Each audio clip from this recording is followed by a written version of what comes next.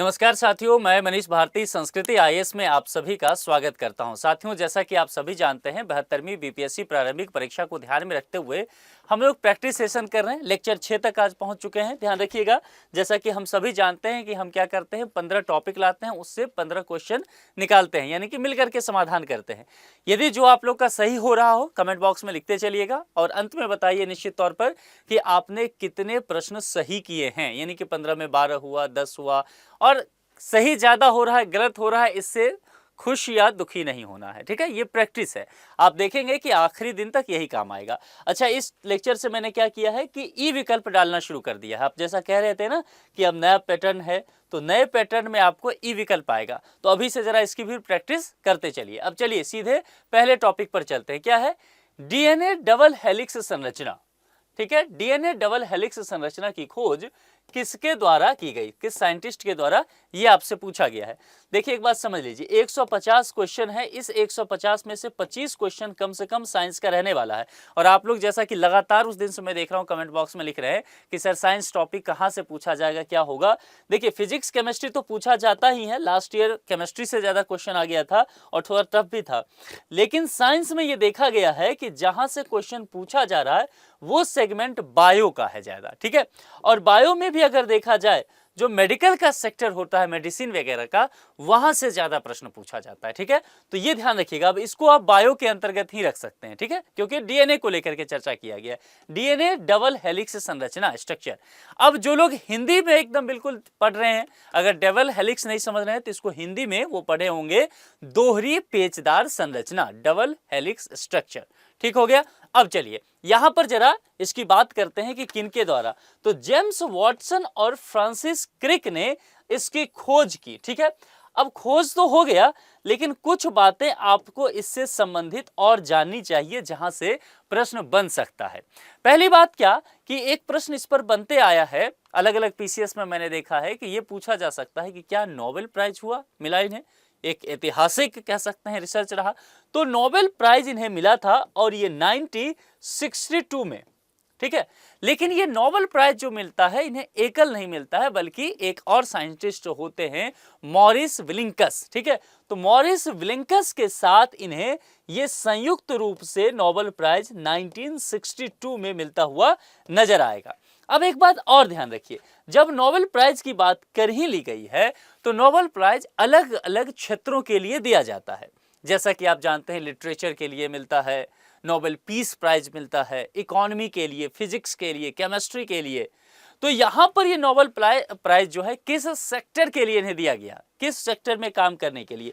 तो एक Nobel prize मिलता है जो चिकित्सा के क्षेत्र में, मेडिसिन के क्षेत्र में काम करने के लिए। तो इसको भी नोट करिए, क्योंकि कोई भी टॉपिक पढ़िए तो उससे इर्द गिर्द और क्या क्या क्वेश्चन बन सकता है ये सब कुछ आपको पता होना चाहिए। तो ये क्लियर हो गया। चलिए ऐसे ही हम क्या करेंगे ना कि हर एक टॉपिक में, हर एक लेक्चर में क्या करेंगे कि कुछ साइंस के क्वेश्चन आपको डालते चलेंगे, तो आपका धीरे धीरे वो प्रैक्टिस होता चलेगा। चलिए, मनुष्यों में कौन सा विटामिन खून का थक्का जमने में सहायक होता है। एक बात ध्यान रखिए, इस तरह के टॉपिक आप देखेंगे तो बहुत पूछा गया, थोड़ा बहुत नहीं, बहुत ज्यादा। यानी कि ये खास करके ये जो विटामिन से संबंधित है, इसको आप 5 स्टार लगा दीजिए। बीपीएससी ने अगर आप पिछले 15 साल के पीवाईक्यू देखें तो विटामिन से जम के क्वेश्चन पूछा है और हमेशा ही पूछा जाता रहा है साइंस से। तो ये आपको पता होना चाहिए, यहां से आपका काम बन जाएगा। अब देखिए क्या है, कहा गया है कि विटामिन का नाम बताइए जो खून का थक्का जम जाता है उसमें सहायक होता है। Vitamin A, vitamin B, vitamin K, vitamin D. ठीक है, और विटामिन के जब आप देखेंगे क्या होता है वो बात की बात है, लेकिन विटामिन के को थोड़ा ज्यादा पढ़िएगा। क्यों कह रहा हूं, क्योंकि बीपीएससी मैंने जितना आंसर देखा है विटामिन के हमेशा विकल्प में रहता है या सही जवाब रहता है। एक हिंट दे रहा हूं आपको, है ना, ट्रिक बता रहा हूं कि कैसे कुछ क्वेश्चन तक ऐसे ही पहुंच सकते हैं आप।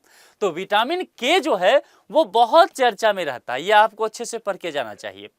अब देखिए विटामिन जो है यहां पर के, अब चूंकि इस सवाल का भी जवाब विटामिन के ही हो गया, हालांकि मैंने ट्रिक के हिसाब से आपको बताया था, अलग बात है कि जवाब भी हो गया।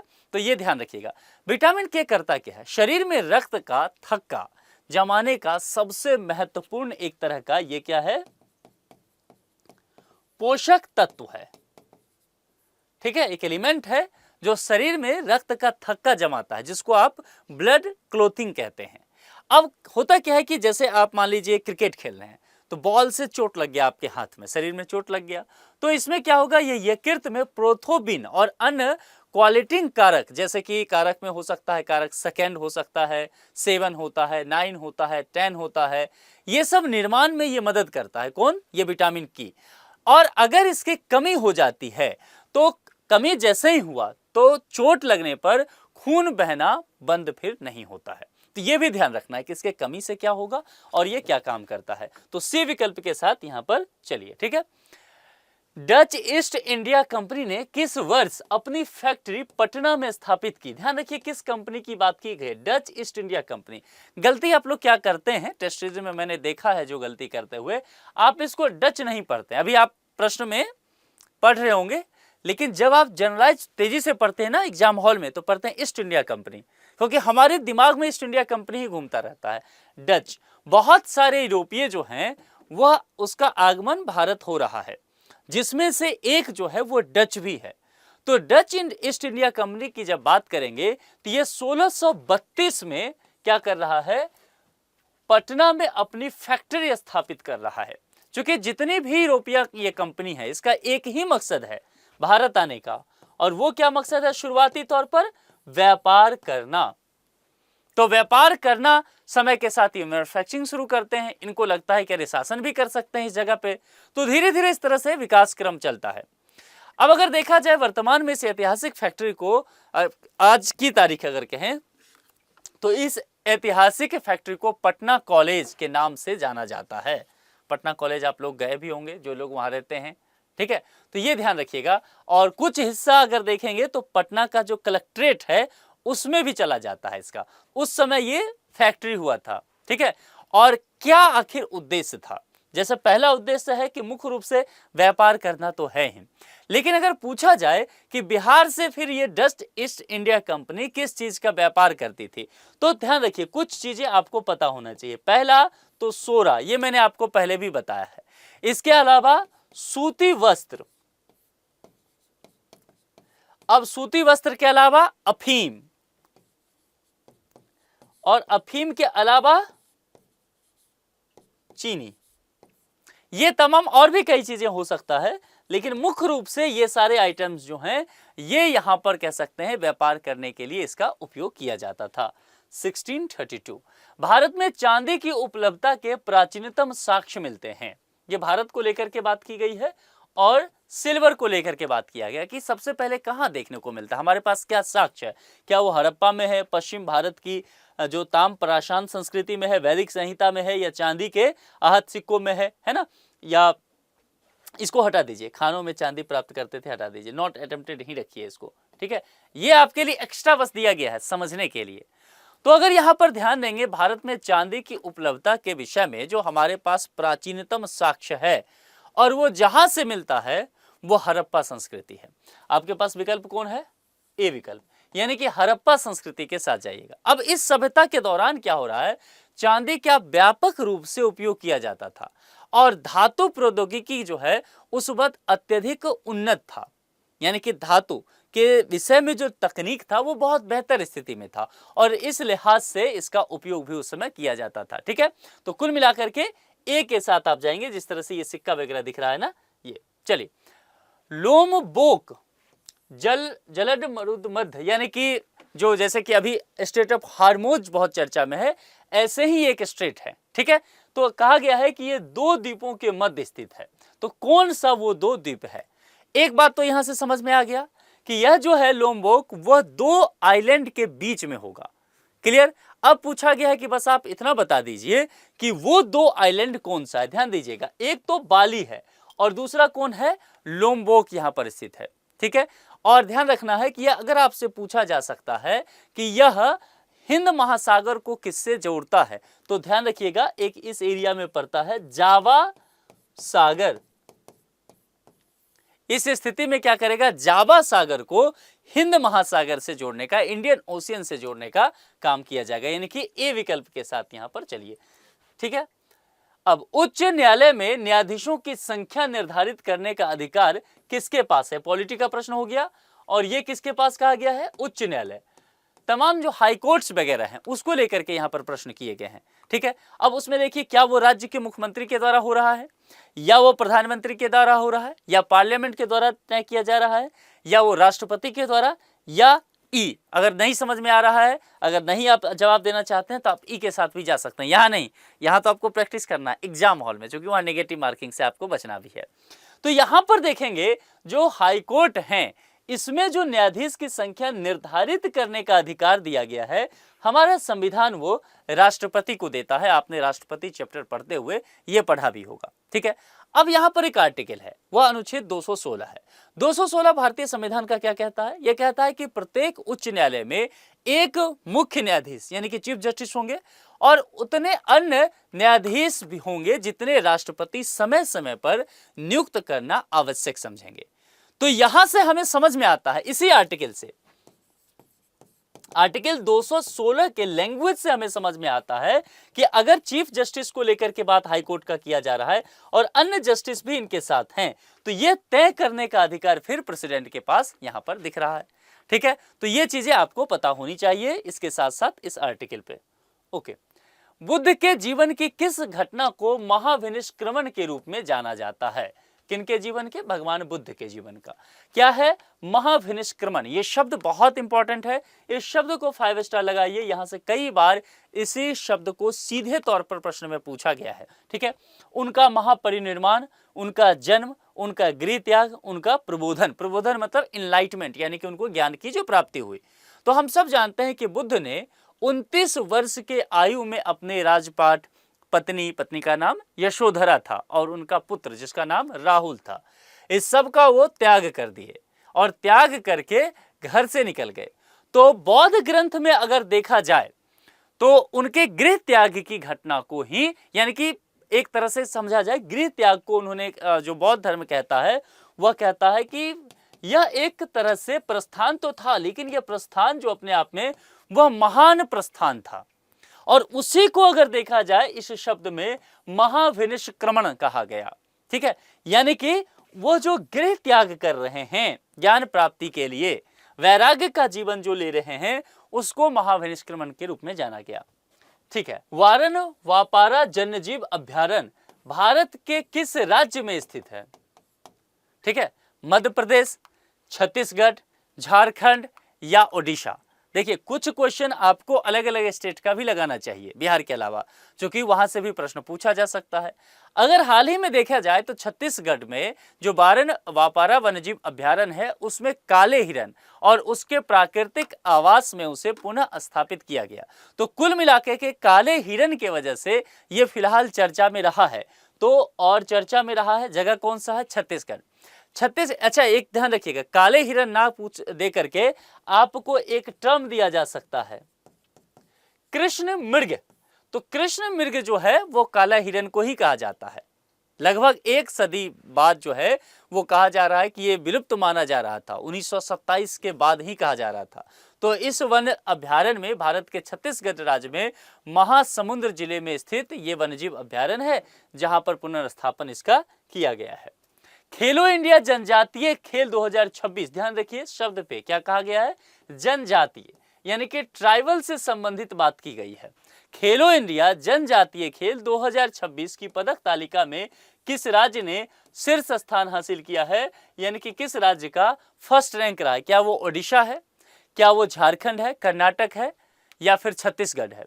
अब ध्यान रखिएगा, आपको एक कंफ्यूजन यहां पर क्रिएट हो सकता है और वो गलती भी आप कर सकते हैं। क्या गलती कर सकते हैं समझना है। देखिए, जनजातीय खेल कहा गया है, तो आपके दिमाग, अगर आप कॉमन सेंस थोड़ा लगाएंगे तो आप सोचेंगे कि उन राज्यों पे ज्यादा विकल्प सही होने के चांसेस हैं जहां पर ट्राइबल्स ज्यादा होंगे, या वो स्टेट जो ट्राइबल्स के लिए जाना जाता है। अब इसमें देखेंगे तो वैसे तो इस चारों में ही ट्राइबल्स आपको देखने को मिलेगा, लेकिन मैं मुख्य रूप से कहूं तो आप एक झटके में 2 स्टेट का नाम लेंगे, एक कहेंगे झारखंड, एक कहेंगे छत्तीसगढ़। चूंकि 2000 ईस्वी में जब इन दोनों राज्यों को अलग किया गया, मध्य प्रदेश से छत्तीसगढ़ को और बिहार से झारखंड को, 15 नवंबर 2000 को झारखंड अलग हो रहा है बिहार से, तो इसी सोच के साथ किया गया था कि ट्राइबल्स लोगों के लिए अलग अलग स्टेट होगा। ठीक है, बंटवारा इसी सोच के साथ हुआ, छोटे राज्य और ट्राइबल्स। तो आपके दिमाग में निश्चित तौर पर ये जाएगा और इसीलिए ये प्रश्न है, करंट अफेयर्स का है लेकिन इंपॉर्टेंट है। ध्यान रखिएगा, इसमें ना झारखंड होगा, ना छत्तीसगढ़ होगा, ना उड़ीसा होगा। हालांकि उड़ीसा में भी ट्राइबल्स ठीक ठाक देखने को मिलेगा, कर्नाटक में भी है। तो ये जो यहाँ पर स्थान लेता नजर आ रहा है वो कर्नाटक है। और कर्नाटक को अगर यहाँ पर बात किया जाए तो 2026 के पदक तालिका में ये शीर्ष स्थान पर रहा, जिसमें से 23 इसको गोल्ड मेडल मिलता है, 8 जो है सिल्वर लाता है और ब्रोंज जो है वो 7 लाता है। ठीक है, और इसका आयोजन अगर देखा जाए तो जनजातीय खेलों का यह पहला संस्करण था, यानी कि इनॉग्रेशन टाइप का आप मामला कह सकते हैं। और इसकी मेजबानी जो है वो छत्तीसगढ़ में अगर देखा जाए, यानी कि छत्तीसगढ़ आप कहेंगे क्या कर रहा है, मेजबानी किसका, इसके फर्स्ट एडिशन का, इस प्रतियोगिता के फर्स्ट एडिशन का। और इसकी मेजबानी देखा जाए तो ये रायपुर मुख्य रूप से, लेकिन साथियों इसके साथ 3 और शहर, रायपुर सहित 3 और शहर जो हैं वहां इसका आयोजन किया गया।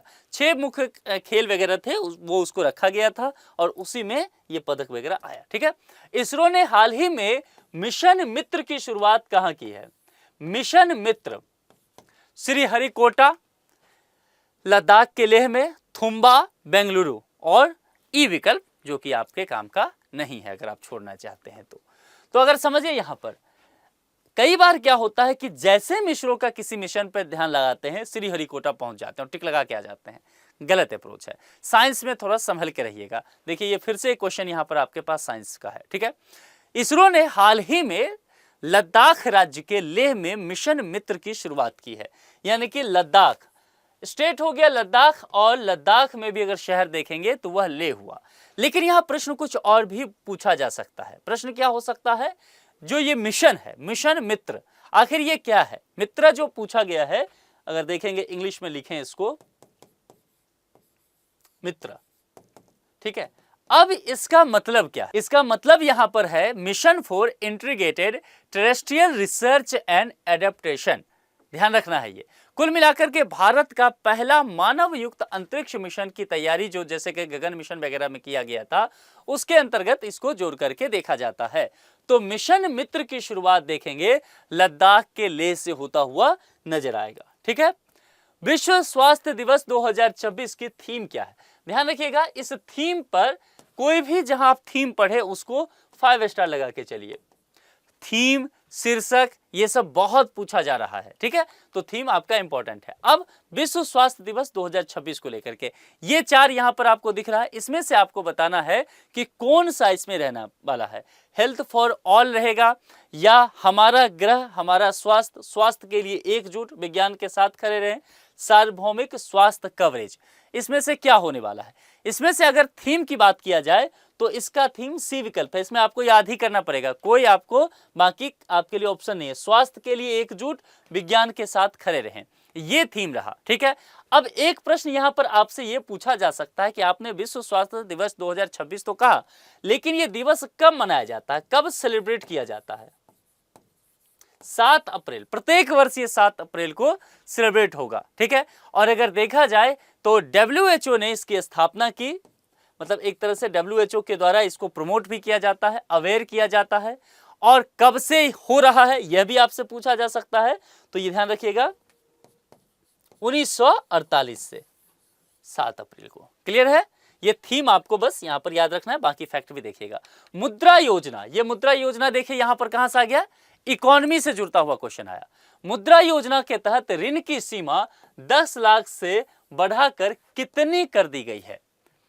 एक हिंट तो आपको मिला है कि पहले 10 लाख, अब बजट में इसकी चर्चा की गई तो कितना किया गया है? देखिए 8 अप्रैल 2026 को प्रधानमंत्री मुद्रा योजना के क्रियान्वयन के 11 वर्ष पूरे हुए हैं। कितने वर्ष पूरे हुए? 11 वर्ष यहां पर कंप्लीट हुआ है। तो अब जोड़ के देखिए, मैंने क्या कहा था, 8 अप्रैल 2026, तो 11 वर्ष पीछे जाएंगे तो कौन सा समय आएगा, कौन सा ईयर आएगा? 2015। 11 वर्ष हुआ ना, तो 26 में भी हम हैं। और इसके जो अब सीमा कर दी गई है, ऋण की सीमा, वह यहां लिमिट को बढ़ा दिया गया, अब कह सकते हैं 2x कर दिया गया, यानी कि कुल मिलाकर के 20 लाख यहां पर पहुंचा दिया गया है। अब तो बी विकल्प के साथ आप सभी जाते हुए नजर आइए। घोघा झील को लेकर के चर्चा है। ठीक है, घोघा झील किस जिले में स्थित है? ये इंपॉर्टेंट है, झील वगैरह के बारे में पहले प्रश्न हुआ है और घोघा झील वैसे भी इंपॉर्टेंट है, पर्यटन के दृष्टिकोण से देखा जाए ना तो काफी महत्वपूर्ण इसे माना जा रहा है। और ये जिस डिस्ट्रिक्ट में है उसका नाम है कटिहार, ठीक है। सीमांचल का हिस्सा, जो मिथिला का आप हिस्सा कहेंगे उसमें भी सीमांचल का हिस्सा कहिए, यानी कि गंगा के उत्तरी मैदान में आपको जाना पड़ेगा। तो कटिहार झील कटिहार में डिस्ट्रिक्ट में यह पड़ता है, ठीक है। अब कुछ चीजें यहां से जोड़ करके घोघा झील के विषय में आपसे पूछा जा सकता है कि क्या यह झील जो है वह मानव निर्मित है या प्राकृतिक है। तो पहली चीज नोट कीजिए कि यह प्राकृतिक होगा, पहली बात।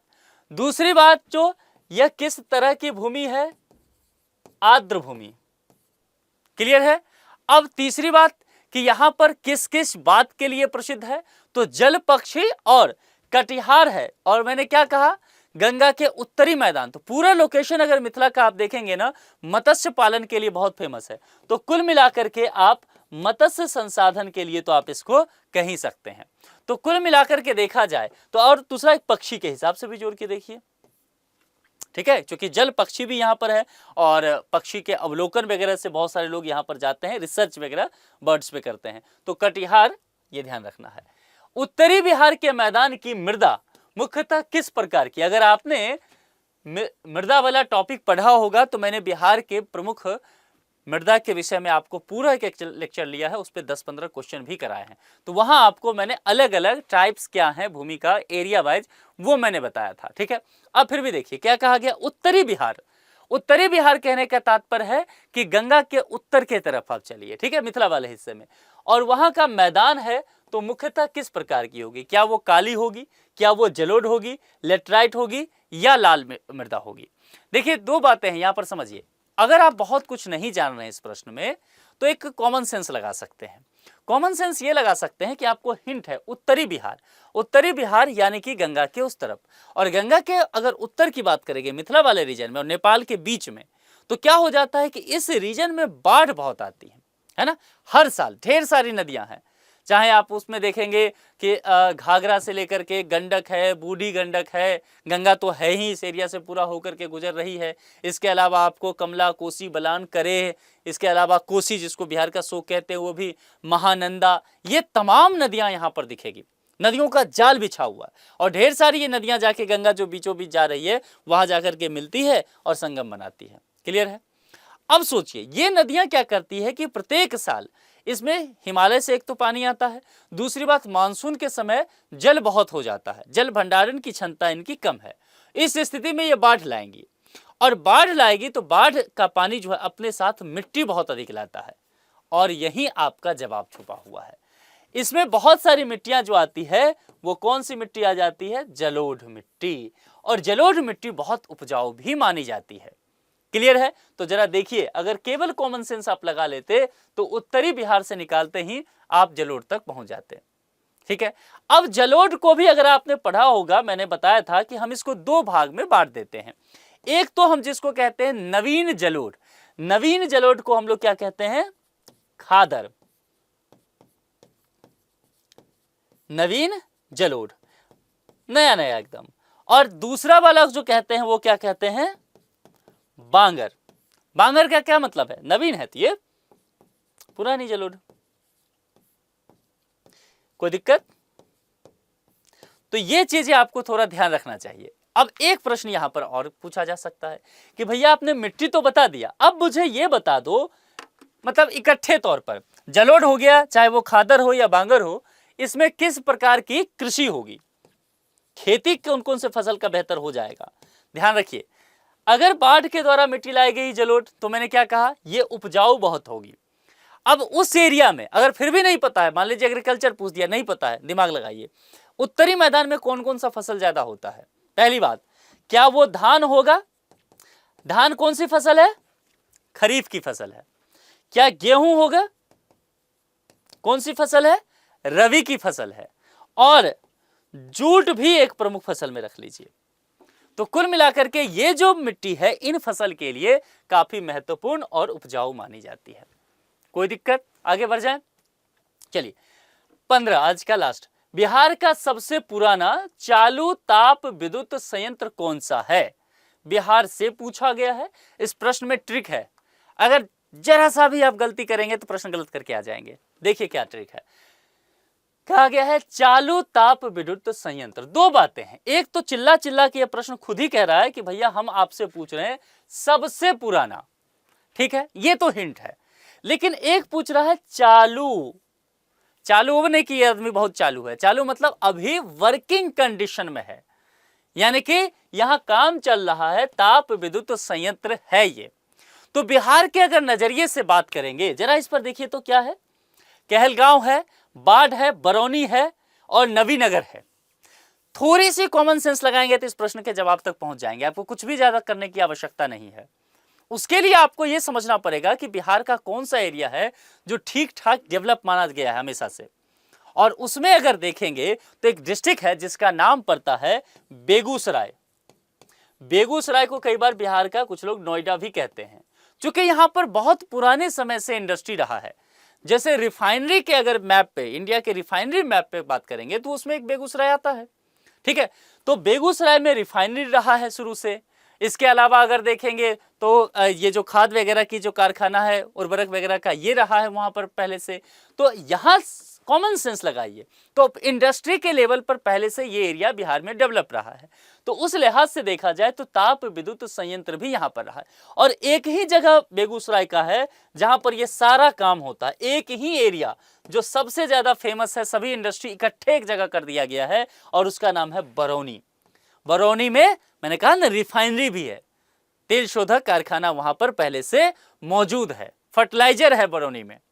तो ये एरिया ध्यान रखिएगा, जब भी बेगूसराय से जोड़ करके देखेंगे बरौनी बहुत इंपॉर्टेंट यहां पर हो जाता है, ठीक है। अब एक चीज और पूछा जा सकता है, चलिए ये तो बता दिया मैंने। अब पूछा जा सकता है कि किसकी मदद से किया गया, किसकी मदद से मतलब किस देश की मदद से। अब अगर थोड़ा सा आप दिमाग लगाएं तो ये भी प्रश्न का जवाब दे सकते हैं, लेकिन इसके लिए थोड़ा एक बार कम से कम पढ़ा हुआ होना चाहिए। मैंने पढ़ाया था आपको। देखिए क्या कहा गया है, चालू ताप विद्युत संयंत्र। आप कहेंगे चलिए बरौनी तक तो पहुंच गए, मदद कैसे समझेंगे, उसके लिए एक हिंट है, सबसे पुराना। सबसे पुराना भारत में जो ये तकरीबन हुआ था, ये 60 के दशक से शुरू हो रहा है। हम आजाद हो रहे हैं तो हमें कोई मदद तो कर नहीं रहा है उस वक्त।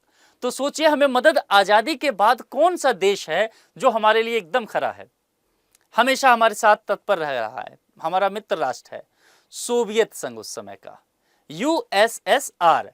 और आज की तारीख में आपसे पूछा जाए तो वो कौन सा देश है, रूस। अब समझ में आ गया कि देश का नाम कैसे निकाल सकते थे।